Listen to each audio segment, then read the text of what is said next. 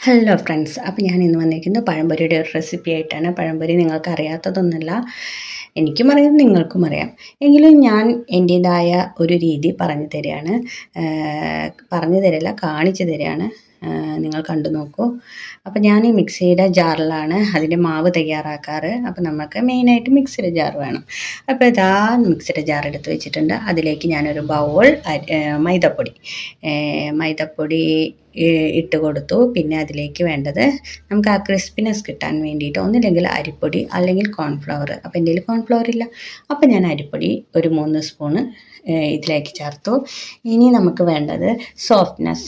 അടുത്തത് സോഫ്റ്റ്നെസ് ആയ കാരണം കൊണ്ട് അതിന് നമുക്ക് ചേർക്കാൻ പറ്റിയ ഒരു 2 സാധനം. ഒന്ന് എല്ലാവരും ചേർക്കണത് തലേദിവസത്തെ പൊളിച്ച അരിമാവൊക്കെയാണ് ചേർക്കൽ. പക്ഷെ ഞാനിവിടെ ചേർക്കുന്നത് ചോറ്, ഒരു 3 ടീസ്പൂൺ ചോറ്. പിന്നെ നമുക്ക് വേണ്ടത് പഴത്തിന് മധുരം ഉണ്ടെങ്കിൽ നമ്മുടെ ആ ഒരു പുറത്തുള്ള ആ മാവിന് ഒരു മധുരം വേണ്ടേ, അതിന് വേണ്ടിയിട്ട് നമുക്ക് ഒരു അച്ചിൻ്റെ പകുതി അതൊന്ന് കുത്തിപ്പൊടിച്ച് അതിലിടാം. കുത്തിപ്പൊടിച്ചിട്ടാൽ നമ്മുടെ മിക്സിയുടെ ജാറ് കേടുവരില്ല.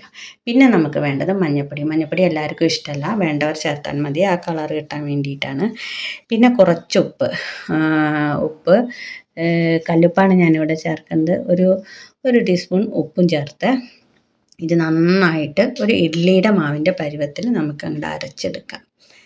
അപ്പോൾ നമുക്ക് വലിയ ബുദ്ധിമുട്ടില്ല. മറ്റേത് മാവ് കട്ടയായിട്ടൊക്കെ ബുദ്ധിമുട്ടാവുന്നുണ്ട്, ഒരൊറ്റ കട്ട പോലും ഇല്ലാണ്ട് നല്ല അടിപൊളിയായിട്ട് കിട്ടി.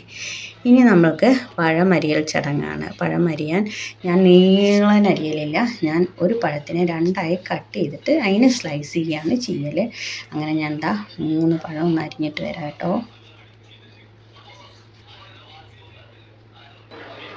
ഇനി നമുക്ക് ഒരു ഫ്രൈങ് പാൻ അടുപ്പത്ത് വെച്ച് നന്നായി ചൂടാവുമ്പോൾ അതിലേക്ക് നല്ല ആട്ടിയ വെളിച്ചെണ്ണ, ഞാൻ പറഞ്ഞു എന്ന് മാത്രം കേട്ടോ, ഒരു ഫ്ലോയിൽ പറഞ്ഞു എന്നുള്ളൂ, ഇന്ത്യയിലുള്ള കാരണം കൊണ്ടാണ് ഞാൻ അങ്ങനെ പറഞ്ഞത്.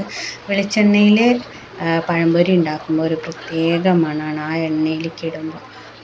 അപ്പോൾ ഞാൻ വെളിച്ചെണ്ണയിലാണ് ഉണ്ടാക്കുന്നത്. ഏത് തരം ഓയിൽ കൊടുക്കാം അവനവൻ്റെ സൗകര്യത്തിനനുസരിച്ച്. എന്നിട്ട് ഇതാ ഒരു ഭാഗമായി മറ്റേ ഭാഗം മറിച്ചിടുമ്പോൾ കുറച്ച് ബുദ്ധിമുട്ടുണ്ട്. ഇവർക്ക് തമ്മിൽ ഒട്ടണ ഒരു സ്വഭാവമുണ്ട്, ഭയങ്കര ഫ്രണ്ട്സാണ് എണ്ണയിൽ കിടക്കുമ്പോൾ.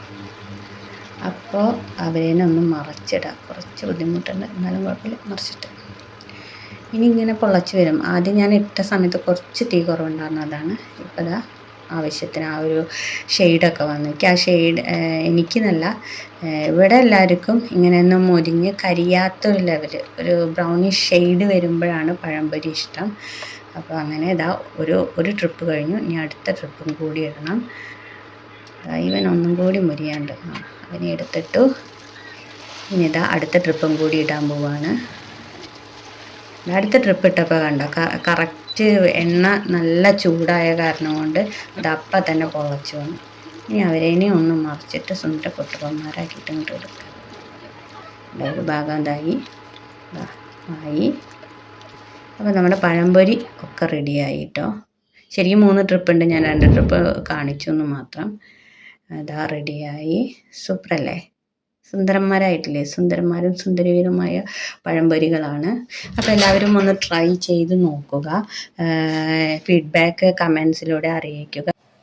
പിന്നെ സബ്സ്ക്രൈബ് ചെയ്യാൻ മറക്കരുത്, ലൈക്ക് ചെയ്യാനും മറക്കരുത്. Okay, bye bye.